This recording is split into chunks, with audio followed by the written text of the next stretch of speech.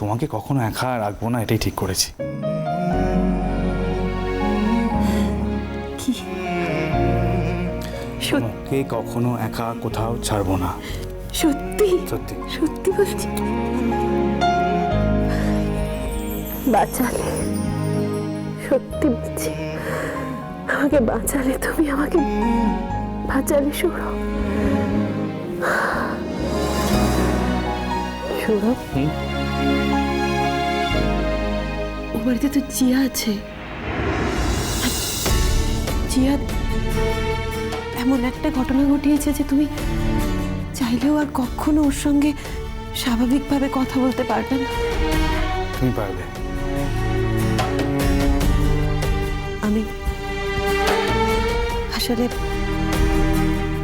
কি জানো, আমি হয়তো পারবো, মানে আমি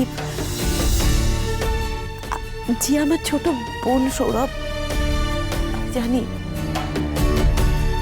যে অনেক অন্যায় করেছে, ভুল করেছে, আমার ক্ষতি করেছে, না না আমার চরম সর্বনাশ করেছে বলা যায়। তো তা সত্ত্বেও ও যে আমার ছোট বোন, জানো, যখন একদম ছোট্ট ছিল, টলমলো পায়ে দিদি দিদি বলে ডাকতে ডাকতে আমার কাছে ছুটে আসতো, আমার ঘরের বাইরে এসে না উঁকি ঝুঁকি মারত। কত স্মৃতি জিয়াকে নিয়ে, সেসব মনে পড়লে সত্যি সত্যি কি আর ওর দিক থেকে মুখ ফিরিয়ে থাকতে পারবো? তুমি যদি ওর সঙ্গে সারা জীবনে আর কথা না বলো, আমি কিছু মনে করবো না শোনো। তুমি এরপরে বলছো তুমি কিছু মনে করবে না, এটা বলার অবকাশ ছিল বুঝি। আমি জীবনে কথা বলবো ওই মেয়ের সাথে। বলো না শোনো, বলো না। তোমার যদি ইচ্ছে না হয়, তুমি সারা জীবন আর কখনো জিয়ার সঙ্গে কথা বলো না। আমি শুধু একটা কথাই ভাবছি,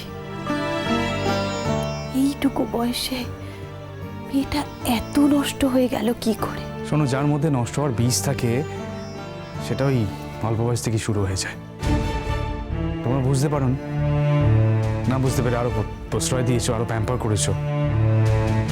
যদি শুধু একটু আমাকে বিশ্বাস করতে, তাহলে মেয়েটাও এতটা কাণ্ড ঘটাতে সাহস পেত না আমার মনে হয়। সেটা করোনি। শোনো, তুমি বারবার বলছো তোমার কাকামণির দিকে তাকাতে, আমি তাকাবো। আমি তাকালাম, আমি কেস করবো না, কিচ্ছু না।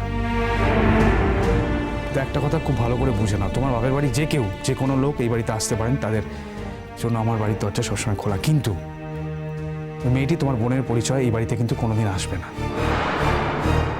কোনো একটা মেয়ের সাথে আমার পরিচয় আছে, আমার তোমার দুজনের পরিচয় আছে, এটা আমি ভুলে যেতে চাই।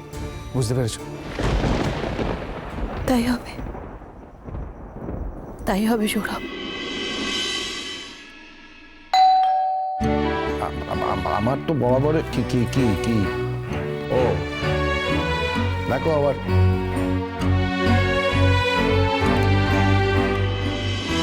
দিদি।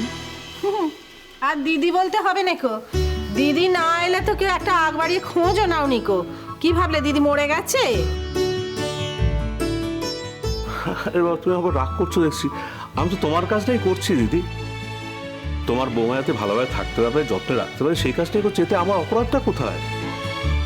কেন, আমার বৌমার আবার কি হয়েছে? ও কাকুন মা, তা সাবধানে থাকার কথা হচ্ছে কেন মা? কি হয়েছে তোর? হ্যাঁ মাম্মি, তুমি কতদিন পর এলে বলো তো? তুমি কতদিন আমাকে দেখতে গেছো মাগো বলো তো? হ্যাঁ, কোথাও তো নেকা জোকা ছিল নিকো যে তুমি আমাকে দেখতে যাবে না বা আমি তোমাকে দেখতে আসবো নি। তুমি নাই দেখতে যেতে পারো আমাকে, কিন্তু আমি তো বলিনি কো তোমায় দেখতে আসবো নি। বলেছিলুম কি? ছি ছি দিদি, এমন কথা বলবেন না। আপনি ছিলেন বলেই তো আমাদের এত ভরসা। আপনি বসুন। থেকে তো কোনো লাভ হচ্ছে না, বলুন দেখি। আমার কথা কি মেয়ে শুনছে? তা হ্যালো, সাবধানে থাকার কথা কেন হচ্ছিল? কি হয়েছে বল না আমাকে। আগে আমি আমার স্বামীর সাথে আলাপ করিয়ে দিই, কাকুনের বাবা। হ্যাঁ মামনি, বাবা আসলে এর মধ্যে তোমার সাথে তো কোনো কথা হয়নি, সেজন্য আমি জানাতে পারিনি। হ্যাঁ মামনি, আমার বাবাকে আমরা ফিরে পেয়েছি। ওই যে আমার বাবা। হ্যালো মুপুরি, তুই তো মহাপচ্চাত। হ্যালো, হ্যাঁ, তোর বাপকে ফিরে পেয়ে তোর মামনির কথাটা একবার মনে নেই গো? এত বড় একখানা সুখবর তুই আমাকে জানাসনি? তুমি হচ্ছে কি মহা বেঈমান জানো? মামনি, তুমি আর যাই বলবে আমাকে মোটেও বেঈমান বলবে না, বলে দিলাম। তুমি জানো এই বাড়ির সকলে জানে আমি কতবার সারাদিন তোমার নাম করি। তাতে আমি একদম ধন্য হয়ে গেল। আমি যেন ধেয়ে পড়ে এসে দেখছি তুমি আমার কথা কত করে বলো।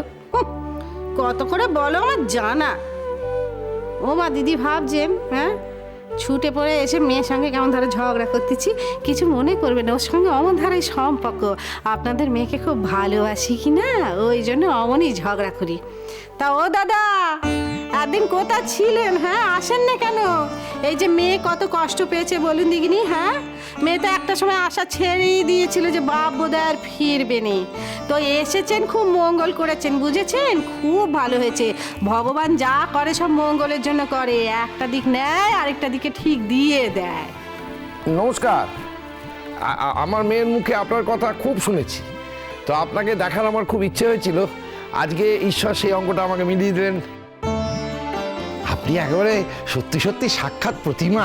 ছি ছি ছি ছি ছি, এইসব কথা আপনার মেয়ে বলে বুঝি? তা আমি তো জানিনি গো। আমি তো মনে করি আপনার মেয়ে আমাকে পছন্দই করেনি। আমি তো সারাক্ষণ ওকে মন্দ কথা কই, মন্দ কথা বলে শাসন করি, সেই জন্য বোধহয় আপনার মেয়ে আমাকে পছন্দই করে। এসব কথা আবার বলে? এ কি বলছেন দিদি? আপনি শাসন করবেন না তো কে করবে? আপনি যা করেছেন আমি তো কাকনের মা হয়ে তা করতে পারিনি। আমি সব জানি দিদি, আপনার সম্বন্ধে আমি সব কিছু শুনেছি। কি করব বলুন, আমার মেয়েটার কপালটাই এরকম খারাপ। আজকে সব কিছু থেকেও ও সবটা হারালো।